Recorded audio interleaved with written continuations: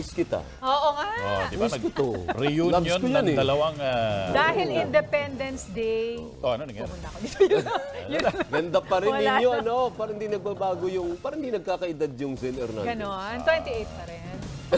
Grabe. 31 naman. 31 naman. Si Gretchen, ihasasama-sama natin dito para pag pinatagilid natin si Zen saka si Gretchen, parang watawat. Pero dapat kaming tatlo ni Alvin saka si Tito Ariel, kami yung mga Between. Between. Kami Kaso, yung, hindi kayo nakadilaw. Oo nga eh. Well, Ay, hindi orange to, hindi dilaw. Hoy, napanood nyo yung ano, yung okay ba sa inyo yung statement o yung video statement ni ni Coach? Coach? Kasi kung ako tatanungin, mas gusto ko harap. Ako nanay o tatay nung namatayan, gusto ko kausapin mo ko ng face-to-face tayo. Ano ba nangyari? Tao sa tao. Ayoko Yes. ng video, ito yung apology niya, nasa nakabi. Ayoko nun. Gusto ko yung harapan tayo mag-usap. Kung ako ang tatanungin, ewan ko sa inyo. minsan mahirap talaga sa video idaan yung I am sorry. May nunal ba ito? Patingin. Wala pa naman.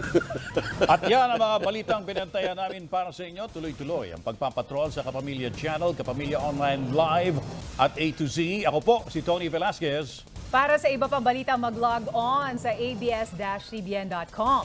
Napakikinggan din ang TV Patrol sa DZMM, Radio Patrol sa Estrenta. Anumang hamon, anumang panahon, tapat kami maglilingkod. Ako po, si Zen Hernandez. Napapanood po ng live ang TV Patrol at replay sa iba pang o ng iba pang mga paborito ninyong palabas sa i1tfc.com. At sama-sama pa rin po tayo gabi-gabi sa ABS-CBN sa All TV 2. Ako naman po si Alvin L. Chico. Sa ngalan ng ABS-CBN News in the Service of the Filipino, maraming salamat, happy weekend, at magandang gabi, bayan!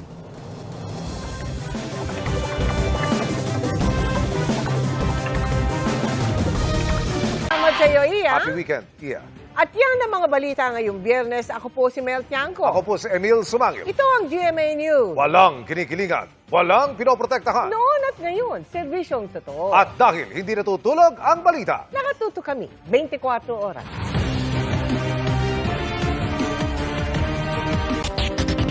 Salamat po sa inyong pagsaksi. Ako po si Pia Arcangel. Ito ang GMA News. Walang kinikilingan, walang pinoprotektahan. On at ngayon, serbisyong totoo. Hanggang sa Lunes, sama-sama po tayong magiging saksi.